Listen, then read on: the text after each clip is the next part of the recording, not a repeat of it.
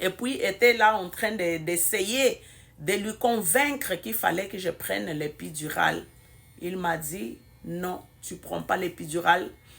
Tu ne vas pas faire mon enfant avoir ces médicaments-là trop toxiques, ça va lui faire du mal et tout ça. Nanana. Ne prends pas l'épidural.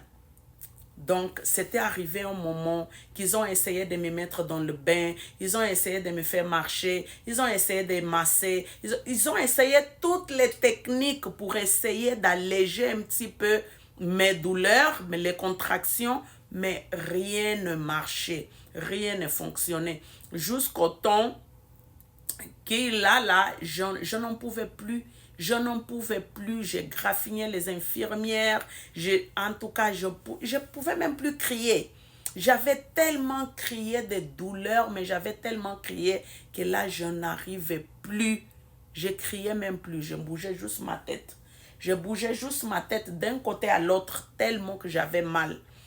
Et puis à la fin, c'est quand les médecins ont décidé, il a dit non, non, non, non, non, on n'a pas le choix. On va devoir lui donner l'épidural. Là, on va appeler l'anesthésiste. Quand l'anesthésiste arrive, on lui dit non, il ne faut pas qu'elle prenne. Il commence à crier, il ne faut pas qu'elle prenne de l'épidural. Il ne faut pas lui donner ces médicaments-là. Elle va accoucher naturelle, tout ça.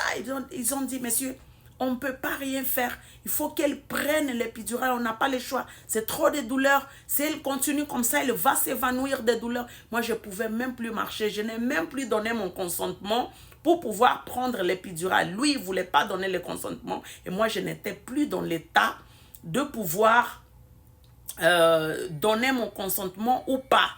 Donc, les médecins, ils ont finalement décidé de me donner l'épidural. Aussitôt que j'ai pris l'épidural, je me suis endormie. Et au moment là que c'est arrivé, au moment de pousser là, c'est là qu'il a commencé à rire de moi. Il a commencé à rire, franchement, a commencé à dire vraiment, tu es une femme très faible, tu n'es pas assez femme, je pensais que tu étais femme et tout. Commençait vraiment à me dire des paroles très blessantes.